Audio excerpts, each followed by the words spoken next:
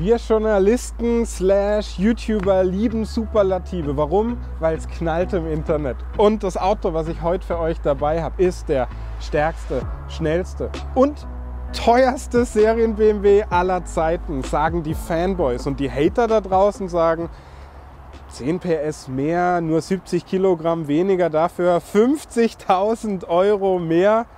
Wer macht denn sowas? Das ist doch bekloppt. All diejenigen, die müssen genau jetzt abschalten, denn heute wird es ein Fan-Review von einem Auto, auf das ich ewig gewartet habe. Hier steht da, voll geschmückt mit mega viel Carbon, der BMW M5 CS. Für mich Liebe und Sex auf Rädern. Was werden wir mit dem Auto heute besprechen? Die unnormal geile Optik hier in grün mit goldenen Elementen, den Innenraum mit auch viel Carbon, sehr dunkel, den Sound. Wir werden fahren, nicht nur Allrad, sondern auch heckgetrieben. Wir werden beschleunigen, wir werden über die Wettbewerber, über den Preis sprechen und darüber sprechen, ob er sich lohnt, ob er ein Alltime-Klassiker werden kann. Hier seid ihr gelandet bei The Car Crash Review, dem besten Review-Kanal der Welt. Denn bei uns gibt es jeden Tag ein neues Review von der bezaubernden Jessie oder dem etwas weniger bezaubernden Jan. Der bin ich. Und dann gibt es einen kleinen Kuss am Anfang von mir für euch, denn ihr abonniert ja genau jetzt den Kanal. Und dann fröne ich wie immer meiner objektophilen Autoleidenschaft und küsse den M5 CS. Wow!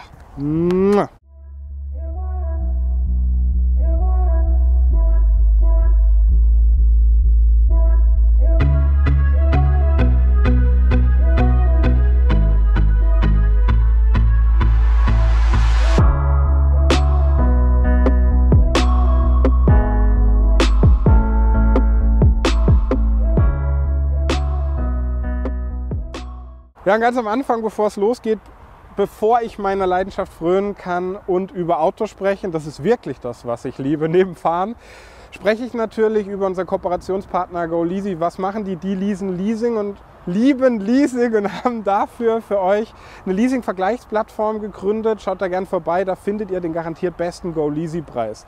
Ja, und wenn man jetzt über die Historie spricht von diesem Auto, da waren wir einmal stolz, denn wir hatten den BMW M5 Competition. Jessie hat ein Review gemacht, ich habe ein Review gemacht. Wir waren mega angetan vom Fahrwerk, vom ganzen Auto. Auch wenn es vielleicht nicht mehr so richtig gut in die Zeit passt. Aber BMW, da wird gerade alles elektrisch. Man muss das Geld zusammenhalten, man muss auch Geld verdienen. Und dann hat man gesagt, warum baut man dieses Auto? Weil wir es können, ist ein Teil der Wahrheit. Der andere ist, man muss ein bisschen Geld verdienen und mit solchen Modellen verdient man richtig viel Geld. Hat man nicht nur hier gemacht, sondern auch beim M3, M4 CS und auch bei einem Auto, was ich direkt gern in meinem Bett bzw. in meiner Garage finden würde, nämlich den M2 CS. Ich habe geschrieben, besser als 6 in meinem Review. Ja, CS steht eigentlich für Clubsport. Aus rechtlichen Gründen heißt das bei BMW ein bisschen anders, nämlich Competition Sport. Und dann bin ich ja immer der Typ, der sich auch mit dem Wettbewerbsumfeld beschäftigt. Und das ist in dem Fall komplett schwierig, weil es eigentlich, und das sagt mir BMW auch, keine Wettbewerber gibt. Denn, naja, man kann zum Beispiel sprechen über das, was Mercedes macht, nämlich den E63S. Oder das, was Audi macht, RS6 oder RS7. Aber das ist eine Performance-Version, aber das hier ist ja eine Performance-Version von einer Performance-Version. Am ehesten kommt da dann noch vielleicht der Porsche Panamera Turbo S ran oder der AMG GT63S. Aber beide wiegen mehr als 200 Kilo, mehr als der. Für mich deshalb weniger Drag-Tools als der. Ja, da kann man natürlich aber auch trefflich drüber streiten. Worüber man nicht streiten kann, ist, dass die Sportauto in ihrem Supertest 7 Minuten 30 mit dem auf der Nordschleife erreicht hat, dass er in 3 Sekunden auf 100 geht, 635 PS hat und scheiß teuer ist. Und damit ist er halt der stärkste, der schnellste und der teuerste BMW. Wenn ihr den Preis wissen wollt, bleibt bis zum Schluss dran. Über die Optik sprechen, ist natürlich bei dem Auto ein Träumchen für mich. Der ist 4,98 Meter lang, 1,90 breit, 1,50 hoch und ja, ganz ehrlich, dieses Auto steht im Zeichen von Frozen Green Metallic, Deep Green Metallic oder Brand Hatch Grey. Wenn ihr diese Tannenbaumfarbe hier in matt nicht wollt, könnt ihr den in Grau haben, dann auch matt oder nicht matt. Und dann ist hier Bronze, Gold, das was vorne noch dominiert und dieses Auto für mich unnormal geil. Wir haben eben 70 Kilo weniger, heißt die Motorhaube inklusive den Lufteinlässen hier auf dem angedeuteten oder neben dem angedeuteten Power Dome ist komplett aus Carbon. Und was von vorne noch auffällt, neben dieser Nierenumrandung in Gold oder dieser Lippe da vorne in dem Carbon, ist natürlich nicht nur der verdammt riesige Schlund und dass wir hier eben noch kleinere, eher zurückhaltendere Nieren haben, beziehungsweise hier auch das Logo wie überall in Gold, sondern sind die Leuchten. Das ist das Laserlicht und wenn ihr das Abblendlicht und das Fernlicht anmacht, wird das hier vorne übrigens auch beim Öffnen und Schließen kurz gelb. Erinnert so ein bisschen an die chlorreichen Rennfahrzeuge bei diesem Auto, die GTs. Also von vorne, ganz ehrlich, habe ich auch gecheckt, dass viele Leute dieses Auto nicht verstehen, denn ich verstehe es direkt, aber andere haben so gesagt, was soll denn das? Ist es ein verbastelter BMW? Für die Kohle verstehe ich nicht. Die sollen das Video jetzt auch nicht gucken, ne? Ihr schreibt ja sowieso dann nur böse Kommentare. Alle anderen, die werden sich auch ein bisschen verliebt haben. Ich kann euch an der Seite hier natürlich auch erzählen, was das Auto ausmacht. Wir haben leider hier die Winterbereifung drauf, 19 Zöller, normalerweise 20 Zöller, mega. Und dann ist das Dach auch noch aus Carbon. Wir haben hier drin 15 Kilo Dämmmaterialien eingespart. Der Carbon-Schalensitz da vorne, der spart 9 Kilo, die Mittelkonsole 1,5 Kilo. Und geil ist, wollt ihr mal zu viert auf die Nordschleife? Da hätte ich was für euch. Schaut gerne mal da hinten rein, denn wir haben da hinten 2 Einzelsitze mit der Nordschleife in der Kopfstütze. Wie geil ist eigentlich das? Und pervers gleich Weilen ist eine Sache, denn hier sind die Carbon-Keramik-Schlappen vorne drauf. Und die sparen eben besagte 23 Kilo. Und schaut euch das an. Hier ist die in Bronze, sieht man da schön dran. Hier seht ihr auch die Felge, die Sommerfelge, sind dann Schmiederäder und M5 CS in der Kieme hier drin. Mega. Carbon natürlich auch in der Spiegelkappe hier vorne. Da drehe ich mich am besten einmal um Chassis, dass ihr es seht. Hinten leicht abgedunkelte Scheiben, aber ich habe mir eins geschworen, denn ich wollte nie der Typ sein, der designermäßig euch nur erklärt, was dieses Auto optisch ausmacht. No. Ich bin auch der euch hier das Fahrwerk, was ja aus dem 8er Grand Coupé kommt, erklärt. Heißt, normalerweise ist das Auto heckgetrieben. Über eine Lamellenkupplung bekommen wir die Kraft ganz flexibel nach vorne, wenn wir die Traktion brauchen. Aber wir können den hier, und das ist geil an dem Fahrwerk, auch nur heckgetrieben fahren. Adaptive Feder hier drin, was es eben auf der Nordschleife so unnormal schnell macht. Ist ein Track-Tool.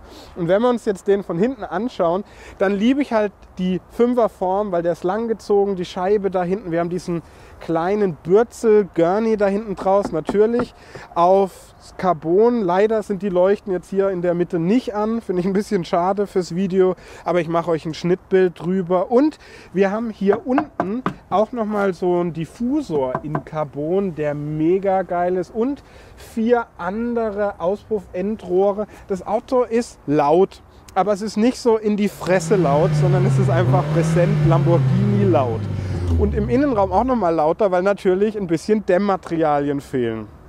Ja, also von hinten auch für mich eine mega Erscheinung. Schaut es euch vielleicht einfach nochmal ganz an. Hier M5 CS steht auch in goldener Schrift drauf. Das ist für die Fanboys was Klassisches, ne? Und wenn man dann über den Kofferraum spricht, dann ist er 530 Liter groß. Ich zeige euch den ganz schnell. Warum? Weil hier die Werbemittel von dem neuen Kooperationspartner Motul drin sind. Die machen nicht nur Motoröl, sondern haben eben auch eine Car-Clean-Serie rausgebracht. Mit dem Zeug putzen wir unsere Autos so wunderbar sauber. Ehrlicherweise waren wir mit dem in der Waschanlage, haben es danach nochmal nachgeputzt. Und jetzt guckt mal den Kofferraum an, der ist riesig. Da passt alles rein, ne? Tot, lebendig. Aber beim Auto hier soll es nicht um Kofferraum gehen. Ne. Ich werde mal kurz auf die Rückbank springen. Ich habe euch ja schon einen kleinen Blick riskieren lassen. Heißt, ich mache euch hier mal auf, gehe dann auf der anderen Seite rein. Denn da hinten diese Einzelsitze und die Carbon-Schalensitze vorne sind eben was ganz Besonderes, was sich lohnt eben hier zu zeigen. Jetzt schaut mal hier vorne rein. Das ist der erste M5 mit Carbon-Schalensitze. Die sind pervers. Also in beide Richtungen pervers. Und die Einzelsitze hier hinten sind auch pervers. Damit kann man wirklich zu viert auf die Nordschleife und das ist nicht bequem hier hinten. Aber saustabil und damit total konsequent passt es zum Auto. Hier steht CS übrigens. Ne? Wir haben oben in der Kopfstütze die Nordschleife. Wie geil ist denn das? Hier noch ein kleines Fach. In der Mitte kann jetzt keiner mehr sitzen, aber Wayne. Und dann schaut mal hier diese Mittelkonsole an und jetzt schauen wir mal noch kurz in die Tür bei Chassis, um zu sehen, dass die einfach mega verarbeitet ist. Ist ein Premium-Produkt. Alles andere wäre auch echt ein bisschen pervers, würde ich sagen. Was wir jetzt machen, ist über eine Sache sprechen, nämlich über das Wunderwerk der Technik neben dem Auto, über das Herzstück mit doppelter Aufladung, über den 4,4 Liter V8 Biturbo da drin. Wow! Ich weiß, ich höre mich an wie auf Koks, aber dieses Aggregat ist krass. Die Hater, und das habe ich euch ja gesagt, werden sagen, nur 10 PS mehr. Boah, was soll denn das? 635 PS, doch gar nicht viel. Ne, das wird eigentlich keiner sagen. 70 Kilo nur weniger, was soll das? Aber wollt ihr ihn eigentlich sehen? Ja? Jesse, willst du ihn sehen? Ja, wir wollen ihn sehen. Schaut mal hier, Haube komplett aus Carbon, M5 CS steht hier drin, das ist abartig geil. BMW legt wirklich nicht nur im Innenraum, sondern auch außen Wert auf Details und das gefällt mir. Die Abdeckung hier auch aus Carbon. Hier seht ihr den 8-Zylinder V8 Biturbo. Wahnsinn. Und jetzt mal ganz ehrlich, der wiegt jetzt 70 Kilo weniger, sind 1825 Kilo. Ist so viel wie früher noch ein Ferrari etwa oder so gewogen hat, der eine ähnliche Beschleunigung hat und hatte von 3 Sekunden auf 100. Im Vergleich zu einem normalen M5 Competition ist es 0,3 schneller. In 12,4 geht er auf 200, ist 0,4 Sekunden schneller. Der wird sagenhafte 305 km/h schnell, was ihr ja mit dem M-Drivers Package für 2.450 € ja auch im normalen M5 Competition kaufen könnt und verbraucht schlappe 11,3 Liter, was nicht mehr zeitgemäß ist, aber ein Tod muss man sterben. Interessant auch, die Keramikbremse bekommt er ja im normalen M5 Competition für schlappe 8.800 €. Aber was kann jetzt eigentlich der Innenraum? Wer seid ihr, wer bin ich und können wir uns vielleicht dieses Auto in 20 Jahren leisten? Das erfahrt ihr jetzt, kommt mit. Hier innen fühle ich mich richtig schön heimlich und was der Innenraum kann, erfahrt ihr gleich. Zuerst mal, unser neuer Kooperationspartner hat mir für einen Monat diese Uhr zur Verfügung gestellt. Chronext. Was machen die? Die haben 49 Uhrenhersteller, über 7000 Produkte. Schaut da gern vorbei. Vom 15. bis zum 30. diesen Monat bekommt ihr unter Car Crash Special einen Sonderrabatt. Ansonsten Car Crash eingeben und ihr bekommt einen Rabatt. In der Infobox seht ihr das dann. Ja, und jetzt der Innenraum hier. Erstmal, Alter, der ist komfortabel, sportlich, dunkel, BMW.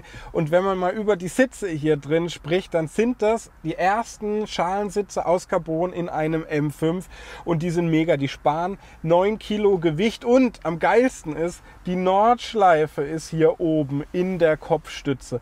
Dieses M hier nachts beleuchtet, das ist richtig böse von außen. Und die erinnern mich so ein bisschen an die aus M3 und M4. Ja, und schaut mal hier die breiten Backen mit Alcantara. Das Einzige, was mir total auf die Nüsse ging, im wahrsten Sinne des Wortes, war dieses Carbon-Teil hier drin. Das gibt gut Halt hier in der Mitte zwischen den Beinen, aber beim Einsteigen kann das auch schon mal im Weg sein. Und hier breit, schaut mal hier rot oben auch noch drin.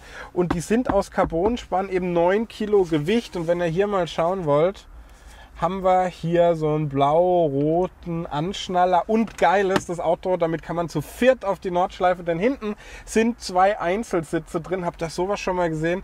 Die sehen aus wie die Baby-Version von denen hier vorne, mega. Und geil ist auch die Mittelkonsole hier, ist leichter, aus Carbon, spart 1,5 Kilo.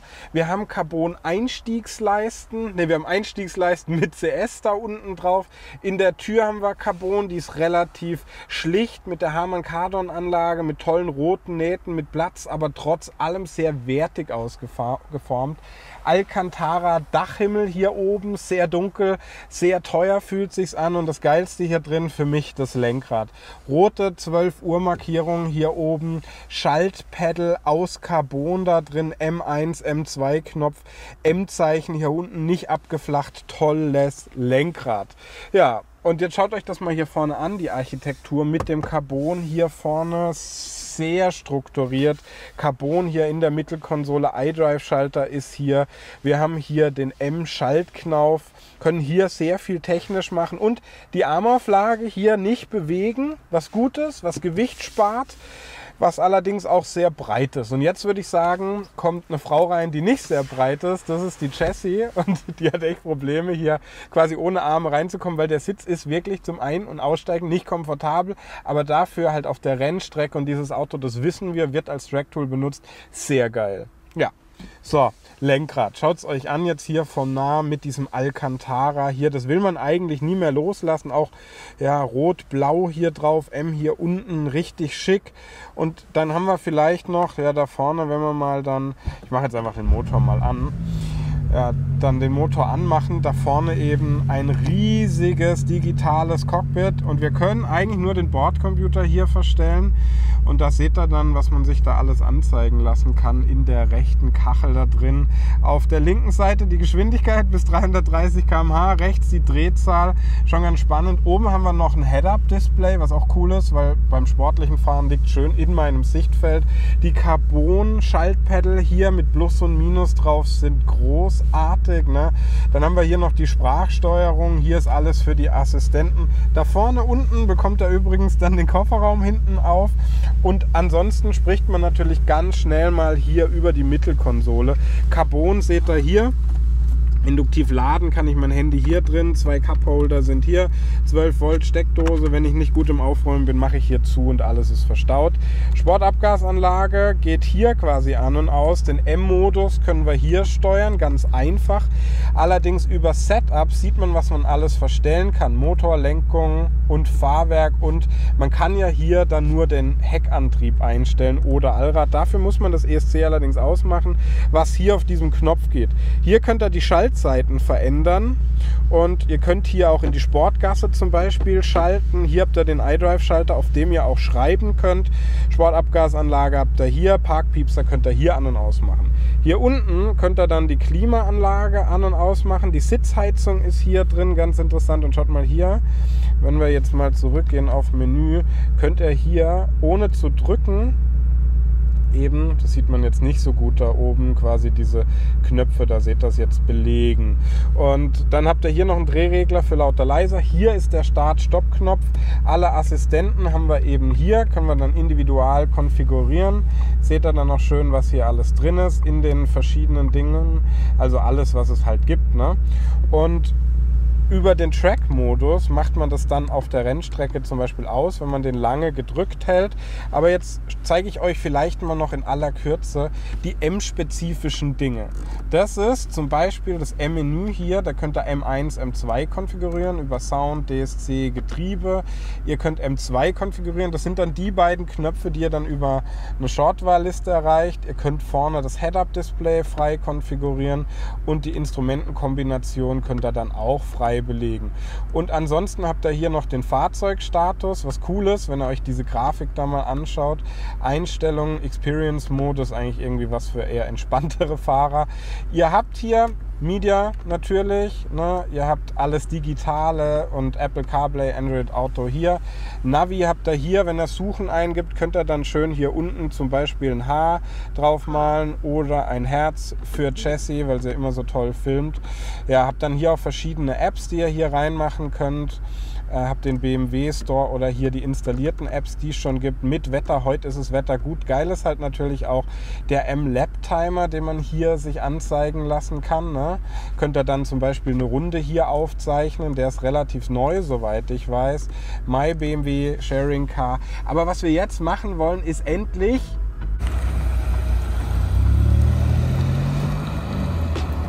Ja, jetzt kommen wir zur Fahrsequenz. Ich freue mich wie ein Schneekönig, obwohl es noch gar nicht schneit, aber schaut euch diese schneeweißen, wunderbaren Zähne an. Jetzt geht's los mit dem Fahren. Und ganz ehrlich, Freunde, eine Sache habe ich euch vergessen zu zeigen. Ich mache jetzt hier mal den Motor an.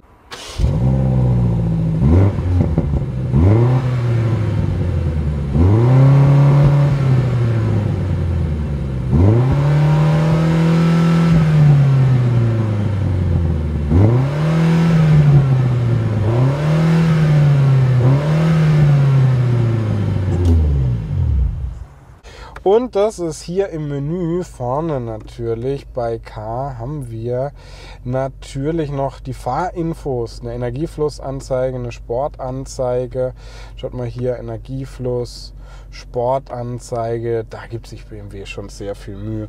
Und mit was fangen wir jetzt an? Ich drücke mal hier auf Setup und dann vielleicht hier unten auf den M-Modus.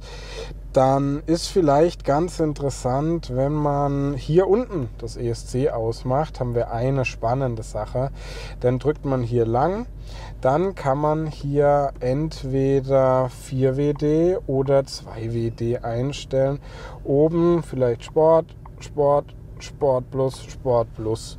Ja, und dann fangen wir erstmal an, hier ein bisschen zu fahren auf unserem Flugplatz und schauen mal, was der Bimmer so drauf hat. Wir sind jetzt natürlich ohne ESC nur heckgetrieben unterwegs und das Auto hier, ich muss echt sagen, ich saß zum ersten Mal drin, ist natürlich ein Gedicht. Also die Straßenlage, die Schwere, die man spürt, die toll abgestimmte Federung hier drin und vielleicht die Möglichkeit, das hier zu machen. BMW wird mich hassen dafür, aber es ist mir nicht egal. Aber einmal haben wir uns gedreht, das haben wir jetzt in den ganzen 2 Wochen wirklich nur einmal gemacht. Es ist eine absolute Driftmaschine und ich weiß nicht, ob er es vielleicht nochmal kann. Ja, so dreht man einfach dann einen Donut. Unglaublich. Aber jetzt sind wir wieder vernünftig. Ja, und machen hier vielleicht mal den Road-Modus rein, um ein bisschen auf Touren zu kommen, denn wir sind ja hier auf einer normalen Straße. Alter, dieses Auto ist krass. Wirklich krass. Und jetzt ist aber krass, weil wenn man auf den Road-Modus schaltet, ist es auf einmal ein relativ normales Auto. Natürlich spürt man hier drin, dass der ein bisschen weniger Dämmmaterial hat. Das spürt man wirklich, weil man hört den Motor ein bisschen präsenter. Man fühlt sich wie in einem Auto, was so eine Mischung aus GT-Fahrzeug ist und Straßenfahrzeug, also Rennfahrzeug und Straßenfahrzeug. Das ist wirklich eine ganz interessante Mischung, würde ich sagen, wenn man hier rumfährt. Und jetzt drehe ich mal nochmal und was ich eigentlich die ganze Zeit gemacht habe hier, ist auf Sport zu schalten. Jetzt wird der Sound ein bisschen präsenter. Das Auto ist auf einmal da und wir machen vielleicht das ESC wieder rein, weil wir wollen ja auch ganz gern hier am Leben bleiben. Und was jetzt toll ist hier drin, ist, wenn man hier rumfährt, ist es auf einmal ein Biest. Es ist ein toller Sportwagen. Die 10 PS mehr hier drin im Vergleich zum M-Competition, die spürt man nicht. Aber die 70 Kilo weniger, die spürt man wirklich. Und vergleichbare Autos in dem Segment wiegen mehr als 200 Kilo mehr. Und wenn man jetzt mal hier bremst, beschleunige ich mal durch. 100. Das ist völlig krass. Wir haben hinten keine Möglichkeit, unseren Koffer festzumachen. Der fliegt hier rum ohne Ende. Ich war mit dem Auto auf der Autobahn unterwegs. Wir sind 300 km/h schnell geworden. Was geil ist, wenn wir jetzt in diesem Modus sind. Das Heck kommt leicht, ne? Hinten fliegt gleich weg. Die Vorderachse kommt dann dazu, fängt es wieder schön ein. Und was viele halt vergessen ist, mit dem Allrad hier drin haben wir eine kranke Spurstabilität, die toll ist, wenn man die richtigen Knöpfe hier drin drückt. Was ich interessant finde beim Sound und vor allem bei der Achtgang-Automatik hier drin, die man auch schön steuern kann, ist, der ist da, der ist präsent, der ist BMW, der ist aber nicht prollig in die Fresse Rap. Ne? Das finde ich spannend. Und das Auto auch hier, schaut mal hier, Nordschleife, mag ja gern ein Fahrwerk, was auch ein bisschen vergibt, ein bisschen nachgibt. Und genau das hat er hier. Man merkt, dass dieses Auto eben auf der Nordschleife entwickelt wurde. Ja, und jetzt fahren wir hier mal ein bisschen langsam, um die Kühe nicht zu wecken. Und ich liebe den. Ich liebe, wie er sich anfühlt. Ich liebe die tolle, sich kaum besser vorstellbare BMW-Lenkung. Ich liebe die Bremse. Ich bremse jetzt mal kurz. Die Bremse ist noch nicht mal richtig heiß, ne? Und trotzdem packt die schon richtig zu. Was wichtig ist, ist, dass man das Auto warm fährt, tatsächlich auf Touren fährt. Und jetzt sind wir hier schön bei einer Geraden. Ich beschleunige nochmal durch, weil, naja, das ist bei dem Auto einfach toll, weil jetzt guckt mal mein Gesicht an. 100. Ich mache das nochmal mit euch. Jesse bleibt einfach weg. Und ganz ehrlich, also das Beschleunigen hier drin, das ist krass. 100. Das ist wirklich geisteskrank. Auch wie dieses Auto klebt auf der Straße. Ne? Das ist ein Track-Tool. Die adaptive Federung hier drin ist großartig. Ich kann euch noch eine Sache zeigen. Hier die Sportanzeige, vielleicht interessant. Aber die Energieflussanzeige, die liebe ich noch ein bisschen mehr. Der Sound hier drin, also an dem kann ich mich eigentlich nicht wirklich satt sehen. Was man sagen muss, ist, dieses Auto ist relativ nah dran, ja, dass man halt den Führerschein verliert, weil es ist halt so unglaublich schnell. Und was man wissen muss, im Extrembereich will das Auto hier übrigens auch ganz gern ganz gut beherrscht werden können. Ne? Das ist wichtig, weil ich habe ja gesehen, wenn man ESC ausmacht, dann verliert man den relativ schnell. Da vorne in der Sportanzeige haben wir übrigens den Hockeyschläger drin. Und jetzt guckt mal, jetzt haben wir hier einfach nur Spaß, denn schaut mal hier. Oh Gott. Also, ich fasse mal zusammen. Lenkung geil, Fahrwerk geil, Bremse geil, Straßenlage geil. Ist auch nicht nur ein Heckantrieb, man kann einen Heckantrieb haben, was man damit machen kann, habt ihr vorhin gesehen. Man kann allerdings auch sicherer sein, Allrad dazu machen und wenn ihr hier auf Setup drückt, seht ihr halt auch, was ihr und wie toll ihr das hier alles anpassen könnt. Ich bin die ganze Zeit in Sport gefahren, leider durfte ich nicht auf eine Rennstrecke. Danke BMW, dass es euch gibt, danke, dass ihr mir dieses Auto gegeben habt und irgendwie muss ich einfach die Kohle zusammenkratzen. Also, bevor ich es vergesse, in meinem Geschwindigkeitswahn, ja, dieses Auto hat ja einen Normverbrauch von 11,4 Litern und wir haben hier natürlich eine Mildhybridisierung drin, heißt, wenn ich hier bremse, ja, dann lädt die Batterie da schön wieder auf. Da seht das, rekuperieren nennt das der Abiturient und ehrlicherweise muss ich sagen, wir haben das Auto nie unter 12,4 Liter gefahren und ehrlich gesagt, wenn ich richtig drauf gedrückt habe, sind wir auch mal ganz stark an die 20 gegangen. Sprechen wir über das Fazit und ganz ehrlich Leute, dieses Auto steht im Motto, lieb's oder lass es. Irgendwie dazwischen drin gibt es gar nichts. Und ich sage euch was, natürlich habe ich mich mit der Elektromobilität angefreundet und ich sehe Vorteile, ich sehe auch Performance-Elemente, die richtig viel Spaß machen, aber so ein Auto wie der M5 CS ist ein Auto, was mir die automobile Leidenschaft beigebracht hat, was mich technisch beeindruckt, was mich fahrerisch beeindruckt, wo ich drin saß und einfach nur die ganze Zeit ein scheiß fettes Lachen in meinem Gesicht hängen hatte. Und das ist was Schönes, was ich auch vermissen werde in Zukunft, wenn alles elektrisch wird. Aber dieses Auto hat das Zeug zum Klassiker. Und ich habe bei BMW angerufen und gesagt, habt ihr den limitiert? Kann ich einen haben?